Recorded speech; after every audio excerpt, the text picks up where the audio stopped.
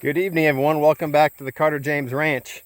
Hey, it's been a couple days since I posted a video. I actually got stung on my cheek. There you go, you can see it right there.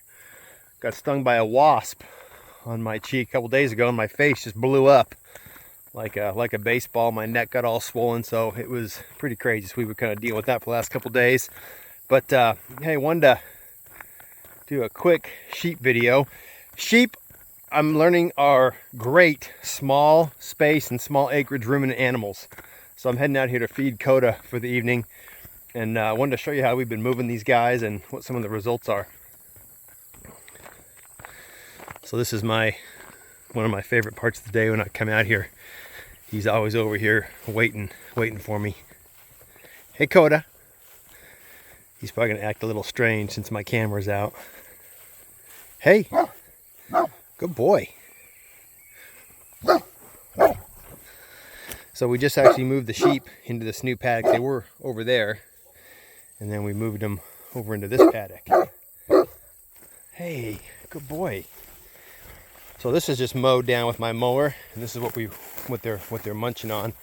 This is a lot of brome and fescue. So like I've said in past videos, this ram, he's in here by himself.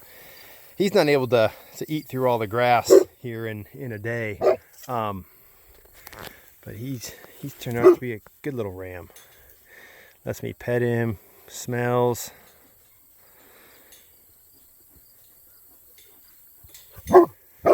Yeah, I figured I'd better pet him a little bit to make sure he's nice. But we'll see once he breeds. Hopefully he'll stay nice. But no guarantees. But here are the 3 ewes. They've been in this area for about 6 or 7 hours. You know, I just think they mow this down pretty evenly across, and you can see what they don't eat. Well, hey, Coda. You can see what they don't eat, what type of grasses that they don't. But, you know, I've been moving them twice a day. Sometimes 3 times, depending on how quick they eat. But man, she is this is the older ewe right here. She's looking good, real fat, nice and full. That little white one, that little brown one, she's always been a little smaller, but she's getting nice and plump as well. So we'll just keep moving them twice a day, right through the paddock here. At night, Coda gets real playful, so he's waiting for me to put my phone down and play with him a little bit. But anyhow, so this is in their last paddock. So this is right there where that bull was. That's right where they were. I mean, you can just see it's just mowed down almost to perfection. And then over here, you can see I never got him right over here in this corner. But small sheep, I'm sure goats are the same way. They're so good at mowing this stuff down. They're just great smaller ruminants. You know, they affect the ground different than cattle do. Cattle obviously need a lot more space. They'll eat more forage. Their weight also tramples stuff a lot more than sheep do. Sheep can trample. This is where Coda was laying, so it's not done by a sheep. But they don't trample as much as a cow will. So small acreage, sheep are great ruminants for that. So sorry for the noise. Hey, you're okay. Yeah, that little tail, he pops up. He's loving it.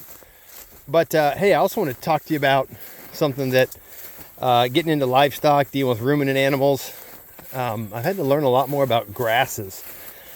I think before I got into this, I always thought, oh, you just put these animals out on pasture and just let them eat all grass. But I learned about Johnson grass and learned about poison hemlock, that these types of forages can cause a lot of problems. Johnson grass is a grass that grows real tall, and it's great during certain parts of the year to graze, but cattle can't graze it during drought periods or during after the first frost. It actually, within the plant, it actually starts to produce how's it pronounced? Prussic acid. I'm not sure how that's pronounced, but it produces acid that can be fatal. It actually causes the the livestock not to be able to get oxygen through their blood, and they basically die of asphyxiation. So, and it happens quick. So anyhow, this is here's some Johnson grass. This is Johnson grass. It grows up real tall, gets a real big seed head, and I just had the cattle rotating through a patch of it, or an area that had a patch of it 2 days ago, and boy, they just ate it. They loved it. But there's certain types of the year that you don't want to have them eating that. And I've just decided, since I'm new to this, I would feel awful if I had the cattle eating some forage that caused a lot of problems and killed them. So I actually got with the county today, and I try not to spray herbicide, but I'm going to spray this Johnson grass with a product called, I think it's called Outrider.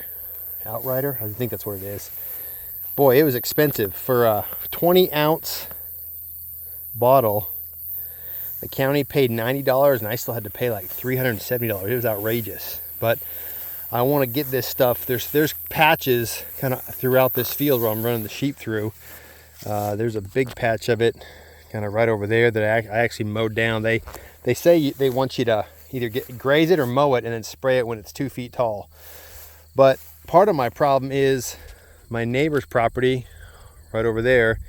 His property has just been taken over with Johnson grass. There's not a house on it, and there's not livestock on it, and that property is probably 80% Johnson grass. So when he comes in and has it bush hogged, where do you think all the seeds go? They replant on his property, and they also blow over here. So I'm going to be treating that. But that's one thing, getting new into agriculture. You got to know your grasses and what's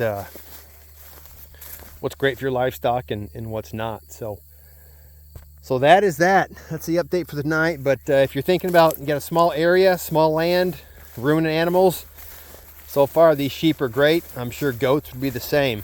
Obviously goats will eat a lot of other leafy and woody stuff, and the sheep eat some of that as well, but that's great. So thanks a lot for watching.